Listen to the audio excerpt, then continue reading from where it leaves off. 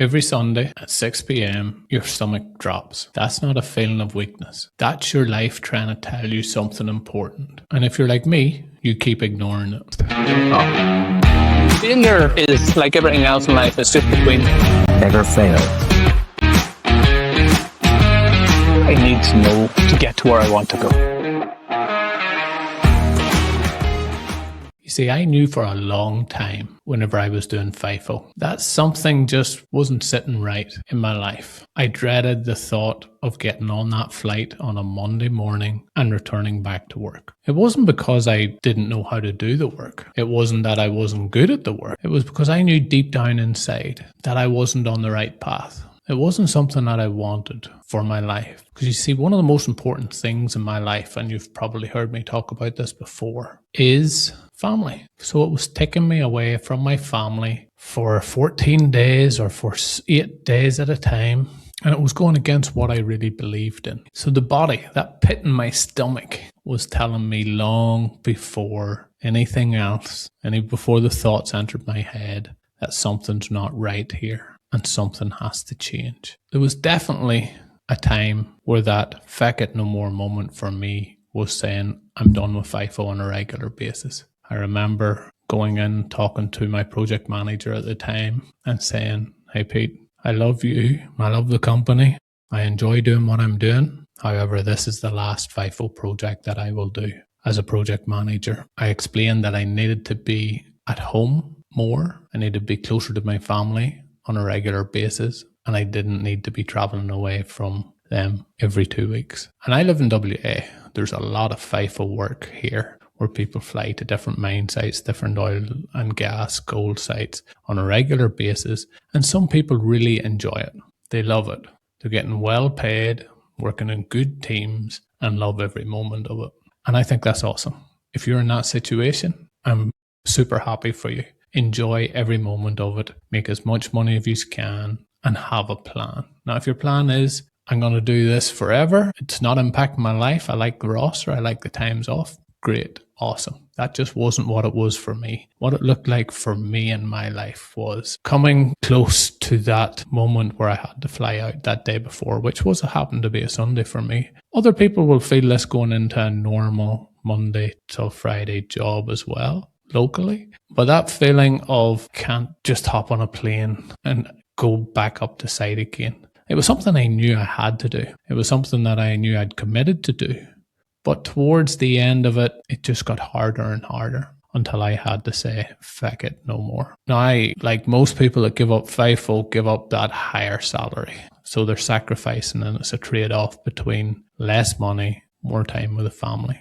And even deep down inside, because I had did it before, I knew that working in Perth didn't necessarily give me a guaranteed more time with the family, because you're working maybe 6 days a week. You're traveling more to and from work. You're getting home for a few hours in the evening, and you balance up the hour and the time at home. It's probably much of the same, but it was the distance that I struggled with. It was the distance that knowing if somebody in my family needed me at very short notice, that I was so far away. I missed my granny's funeral. I missed other events that was happening in my kid's life for a long period of time while I was doing that.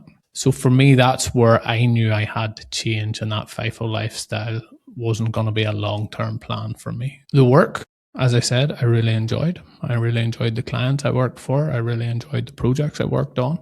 I really enjoyed the teams and the atmospheres that we created on them projects. But I also know that there's people out there listening to this right now, and they dread the thought of going into work the next day because of the environment. I have had this in my past before as well, where I worked for a company, I won't name the name, and I worked for a leader, again, I won't name the name, but the atmosphere and the culture on that project, which was a Perth-based project, I was home every night, but the atmosphere, the environment, the culture within that project and within the teams was very toxic. And I know that's a word that gets thrown around a lot. However, this was. And I used to dread going in every Monday morning till that project, because you never knew what you were going to get. That's probably actually a lie. You actually did know exactly what you were going to get. You were going to get more of the same shit. Treated the same way, no thanks, lots more expectation, having to work longer,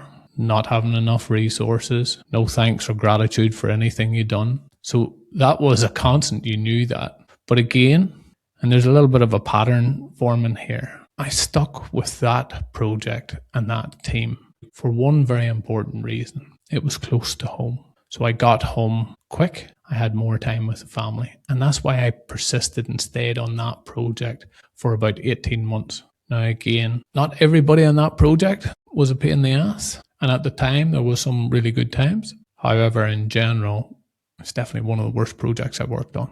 And if it had have been further away from home or from my family, or there was a better option at that time, I definitely would have took it. And I refused to go to the next project with that team because the leaders, the managers, I believe didn't care enough about the people within the group. So I suppose if you're out there and you're listening to this, the things that I have found common in my life is that feeling that something isn't right, that feeling that, shit, I don't want to be here. I don't want to have to do this anymore. That's a very, very powerful message coming from within. Now, I don't have the words and I'm maybe not clever enough to put it into terminology.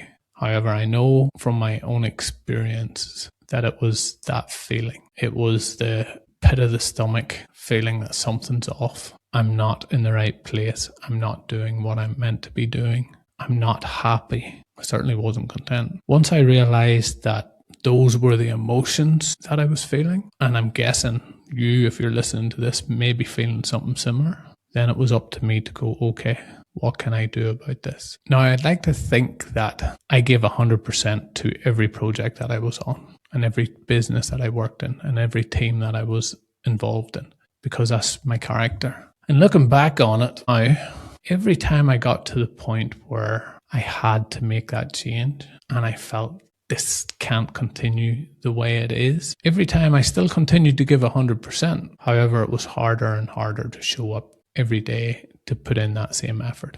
The effort was important to me because I know I'm a hard worker. I know that I want to achieve things. I know that other people rely on me, like the team members that was reporting to me. So the effort was never the problem. It was that quiet desperation to be doing something else or to be somewhere else that really chipped away at the way I was thinking. So I would ask you, if you're out there at this moment and you've been noticing that before your shift, whether it's on a Sunday, when you start on a Monday, maybe you do shift work and you start on some other day of the week. Maybe you do FIFO like I did for parts of my life, and you know that you have to get that plane again to get to site. If something's feeling off, I want you to take a moment and go, why is that off? Is it that you're undervalued? Is it that you don't think it's worth it anymore? Is it that you think you could be doing something better with your life? Is it that there's other options out there, but you're just too frightened to maybe put your hand up for them or to apply for them? Ask yourself, why am I feeling this way?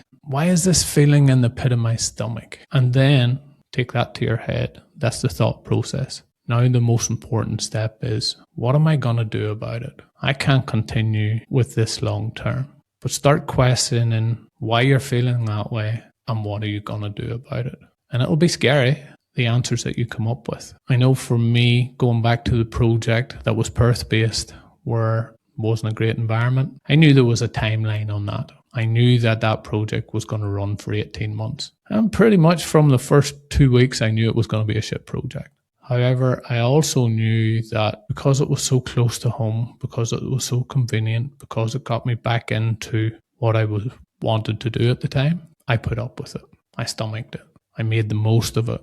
I didn't know maybe as much about reframing as I do now, but I certainly told me the benefits of sticking it out, and I did. But at the end of it, whenever the opportunity came to go somewhere else with that team, or to go to a different business and a different company, that's certainly the option I took. Again, whenever I got to that point where I was getting close to that FECK IT NO MORE moment on the FIFO, I went to the business and I said, look, I just can't do this anymore. At that stage, we didn't know how long was left in the project. Somewhere between 3-6 months, there was a chance that the client we were working for at the time might have added more work and more scope to their work. And I said to the business, look, whether it's 3 months or whether it's 18 months, I will finish out with this client and this project because we had turned things around so much and we had a good relationship.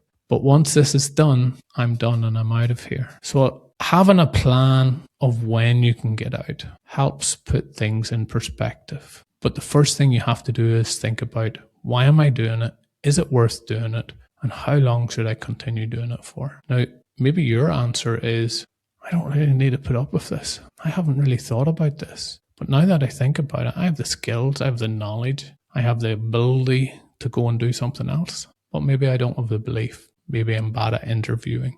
Maybe there's something missing that's stopping you from taking that action. And if that's the case, still thinking about it, asking yourself, what's really going on here? What do I need to improve my life in this point? What do I need to get me out of this position and into a position that I really enjoy?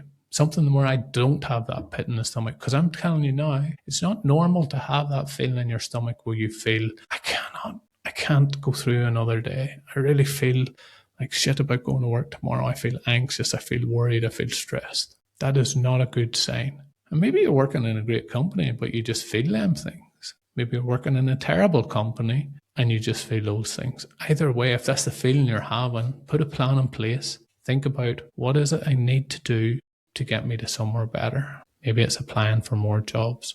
Maybe it's brushing up on your interview skills. Maybe it's trying to figure out how to communicate better. Maybe it's thinking outside the box and going, what am I passionate about and what do I need to do?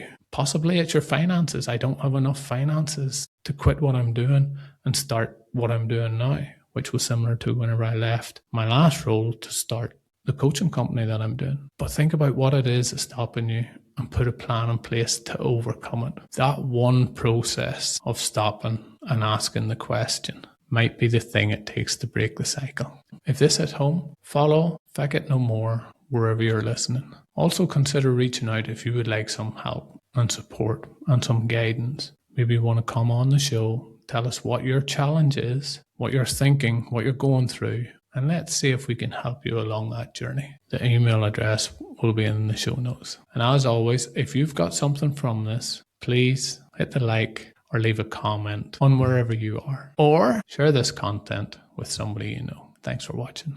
And now for the legal part. I'm not a registered mental health professional. I'm just some guy who has gone through life, has dealt with a lot of issues, and that has really wanted to move his life from where it was to where he wanted to go. And along that journey, with my own personal development, with my own growth, I've done a lot of research and studying into what it takes to get us to a better place, what it took to get me to a better place. I've also done a certificate in results coaching where that qualifies me to coach other people in terms of improving their lives.